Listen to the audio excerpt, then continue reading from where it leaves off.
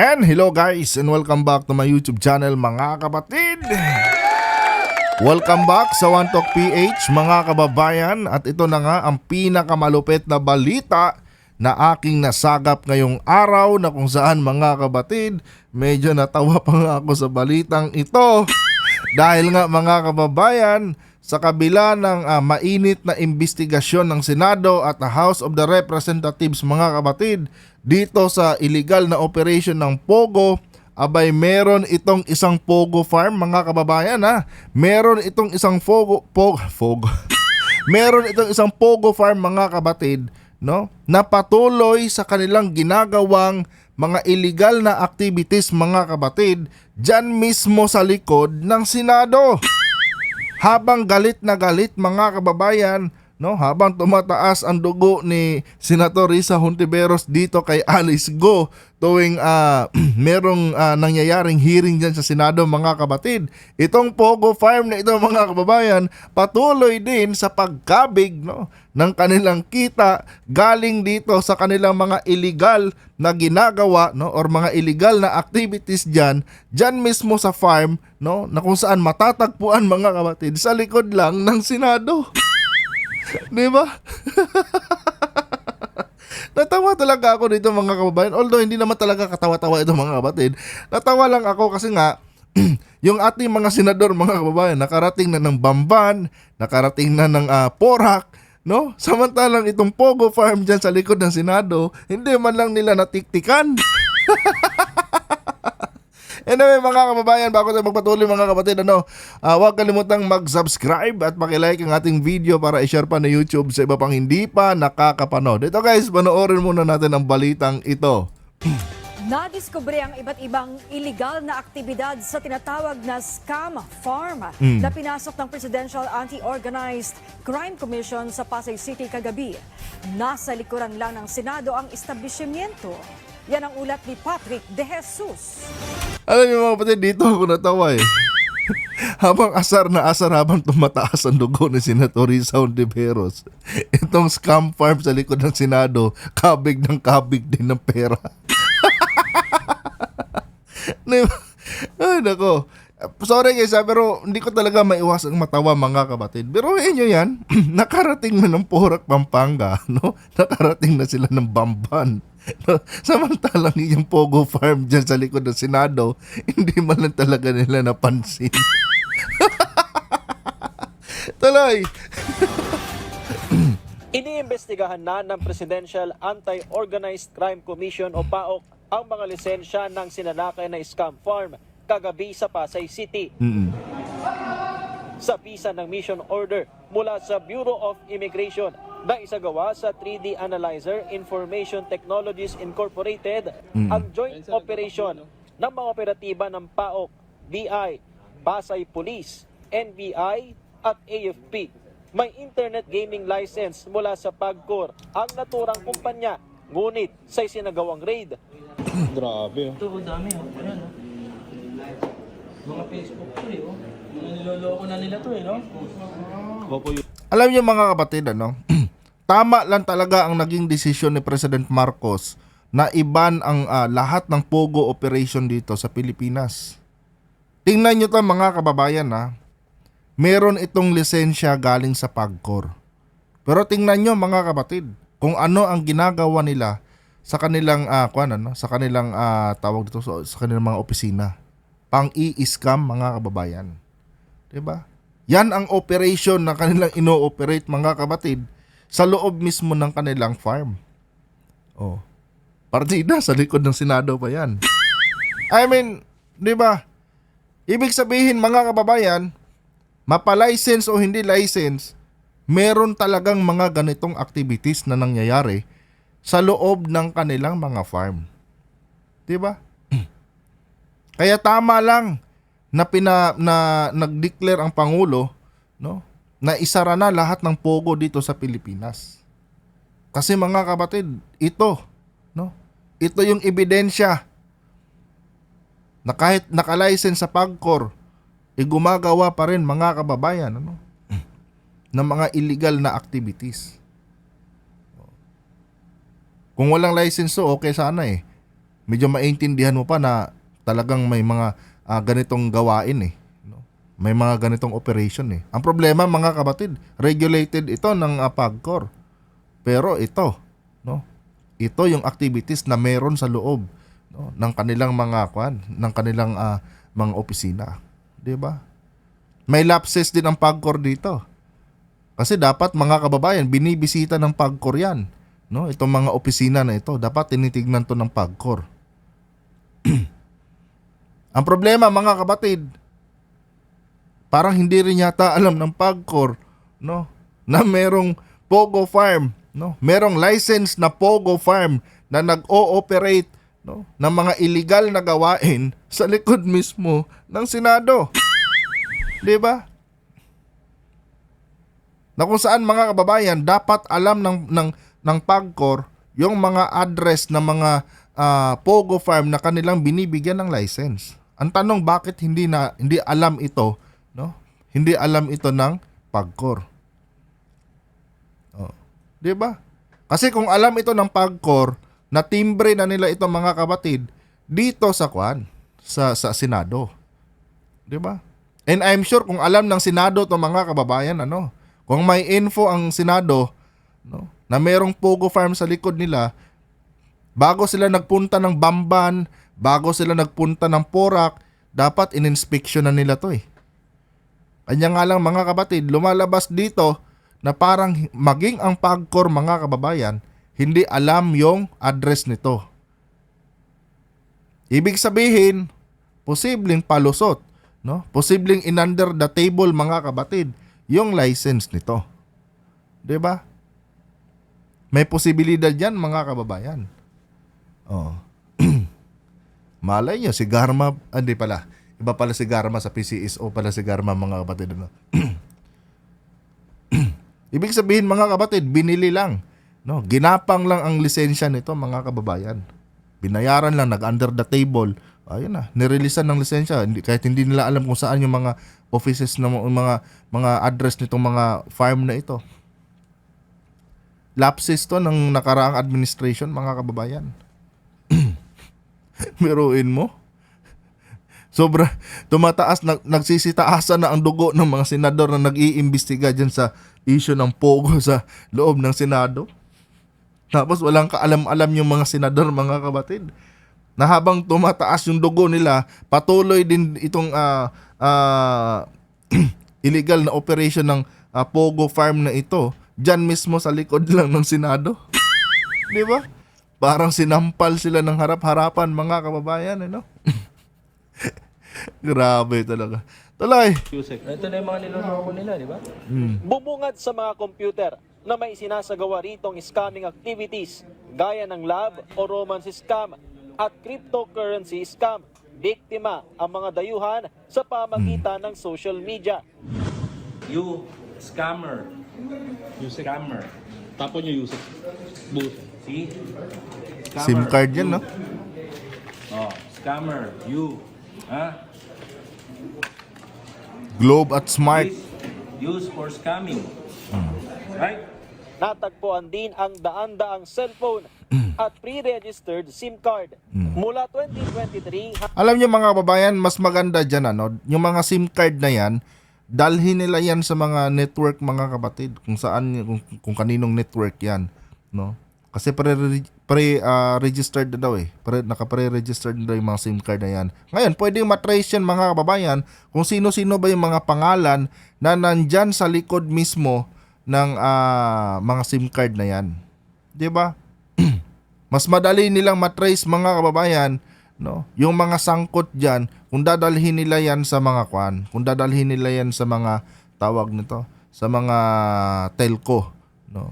Na kung saan sino man nagmamay-ari ng mga SIM card na yan. 'Di ba? Ganito tayo ginagago mga kapatid, ano? Harap-harapan na panggagago ito nitong mga inchik na pinapasok ni former president dito sa Pilipinas. Kagagawan lahat ng mga kababayan ni former President Duterte. Kasi siya naman ang nagbigay, no? Siya naman ang nag-authorize nito na illegalize ito sa loob ng Pilipinas, mga kapatid. And tingnan nyo, 'di ba? Pinagyabang pa niya Ano sabi niya noon? Nilegalize daw niya ang pogo kasi makakatulong daw ito sa ating bansa, no? Dahil may revenue daw na nakukuha ang gobyerno dito. Tingnan nyo naman. Oh, tingnan nyo naman yung sinasabi niya, mga kapatid. 'Di ba? Sampal sa kanya to. Or baka mamaya niyan alam niya to. Pero nagbubulag-bulagan lang sila kasi nga siguro malaki din ang binibigay nito sa kanila. 'Di ba? Pero mo license, no? Binigyan ng lisensya ng gobyerno para mang-scam, mga kababayan. Yan ang tatak ni Duterte. Binigyan ng license itong mga Pogo Hub na ito, no? Itong mga Pogo operator na ito, binigyan ng license ng Duterte administration para mang-scam, mga kababayan. 'Di ba? Galing. Tuloy. Hanggang 2025 ang permit bilang IGL ng sinalakay na gusali na nasa likuran lamang ng Senado. Mayroon pa itong 6 na buwang provisional registration mula sa AMLAC, BIR registration at business at sanitary permit mula sa Pasay LGU bilang business process outsourcing o BPO. Parang Grabe, hindi sila no? natatakot. Imagine ang nag-iimbestiga yung Senate, which is a few blocks away lang dun sa scam farm nila. Ano. May coordination Yan na eh. Habang naha-high blood si Senator Risa Hontiveros dito kay Alice Go, mga babayan. Tuloy-tuloy din sila dito. Tuloy-tuloy din yung operation nila. Tuloy-tuloy din yung kabig nila ng pera, mga kapatid. Galing doon sa mga taong nai-scam nila, galing sa social media. Di ba? Lupit. Ay, nako. Tuloy. kaming gagawin sa PAGCOR as to ano talaga yung status ng license nila. No? And of course, yung mga license din na nakita natin from the local government unit, siguro makipag-coordinate na rin kami sa DILG. Nasa kustodiya na ng PAOK ang 188 na dayuhan na Dami, ano. Malaki pala to, mga kababayan, ano. Malaking farm to kasi umabot sila ng 100 na tauhan eh. Ay, nako. Tatak Duterte ito, mga kapatid.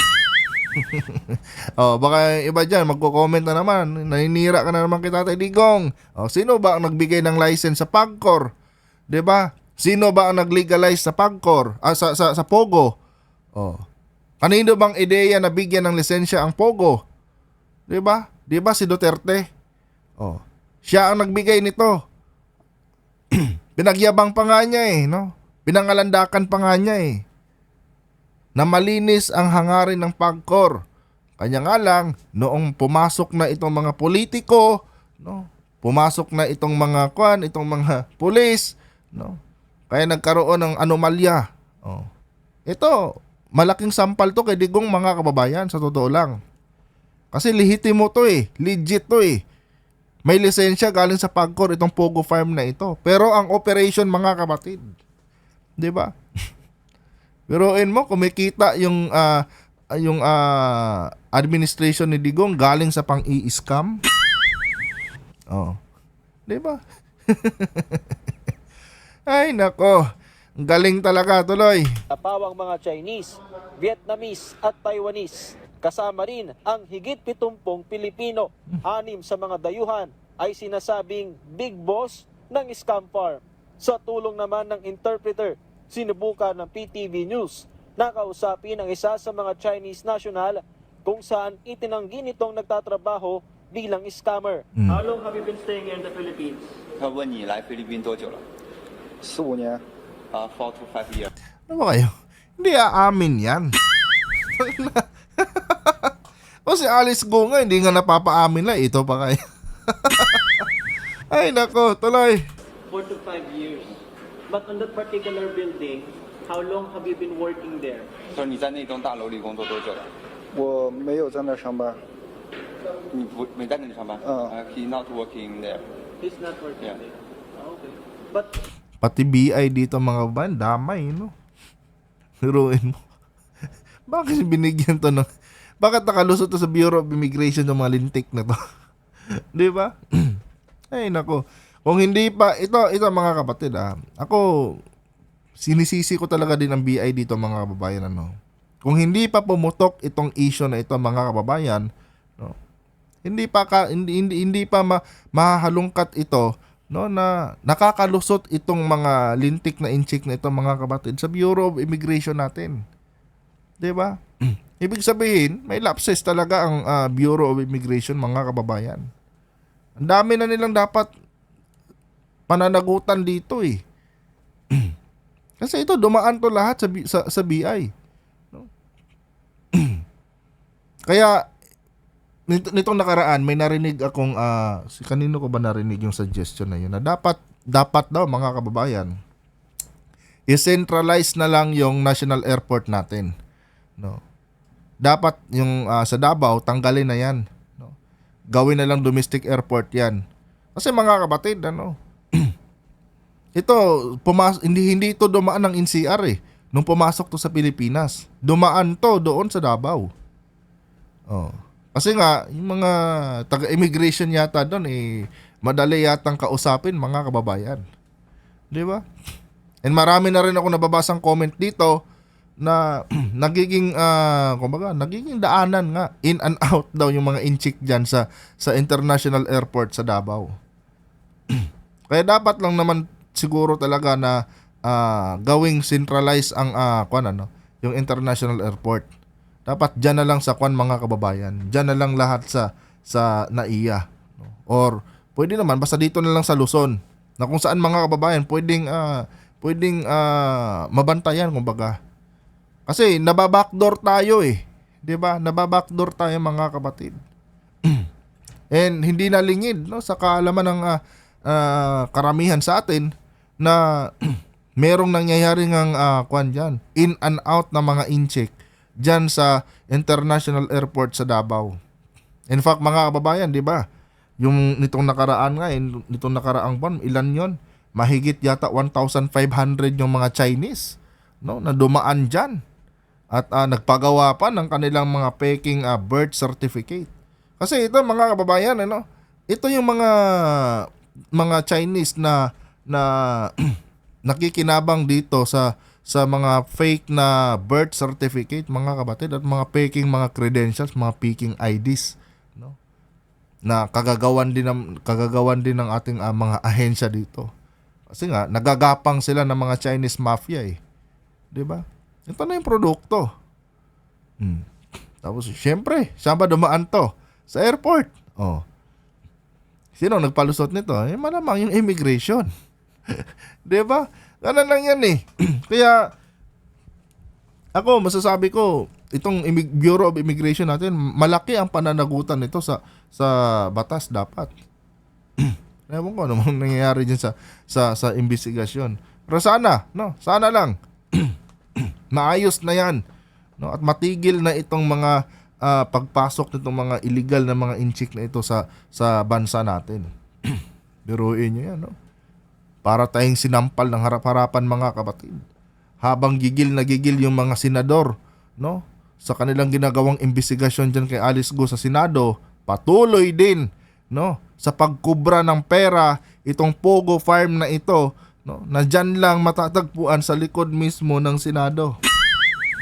Galing talaga. Tuloy.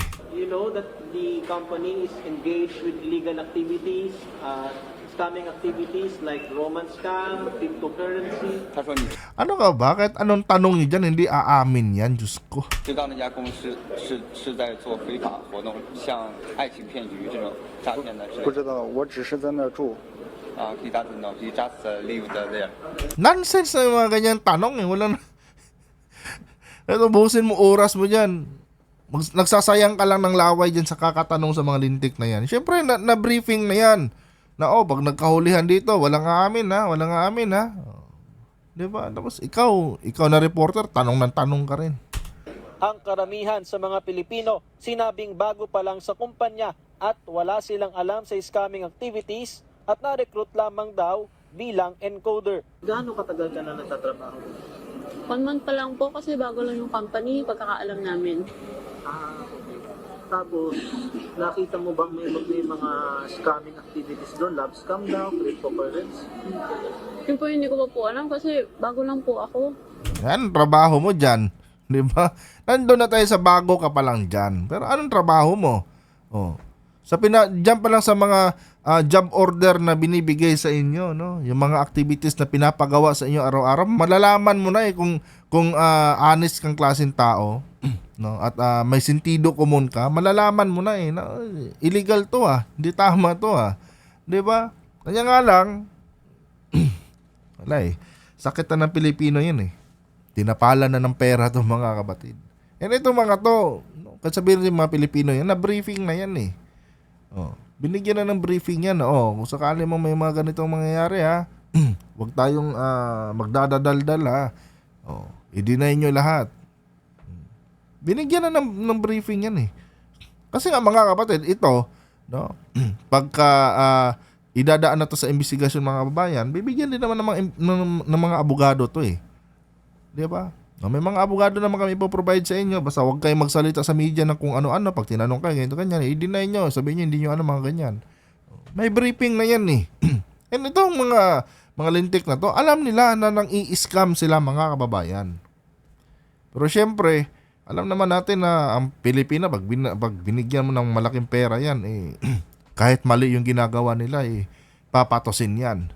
Diba? Siguro sa malalaki din yung mga komisyon nila pag nakascam sila, diba? Kaya ganun yun. Imposibleng hindi alam ng mga lintik na ito mga kababayan. Alam nila yan. Ayaw lang talaga nilang magsalita. Siyempre nagbinipisyo din sila sa mga illegal na gawain na ito ng Pogo Farm na ito Talay. Nakabago lang po sa industry na ganito.